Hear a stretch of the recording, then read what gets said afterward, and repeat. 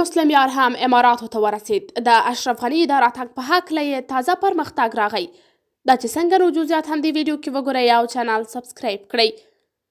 په داسې حال کې چې د افغانستان څخه ځینې سیاسیون نشي کولای ووځي او شکایت کوي چې دوی یو ډول قید شوي غوندې دي، خو پرون بیا د مشرانو جرګې پخوانی مشر او د اشرف غني نږدې کس د هیواد څخه ووته او متحده عربي اماراتو ته ولاړ، چیرته چې اوس مهال اشرف غني اوسیږي.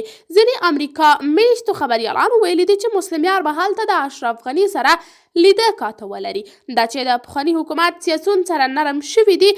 د مثال په توګه تیره ورځ محقق وویل چې د طالبانو د حکومت په وړاندې د هیڅ ډول وسلوالې مبارزې پلوي نه کوي، نو فکر کیږي چې طالبانو د افغان سیاستوالو د راټولولو او پخلا کولو پلان جوړ کړی دی. په داسې حال کې چې د اشرف غني ورور هم په اماراتو کې دی او د غني سره یې تازه انځورونه خپاره کړي دي. د مسلم یار او غني لیده کاته کېدای شي افغانستان ته د هغه د راتګ پروسه چټکه کړي.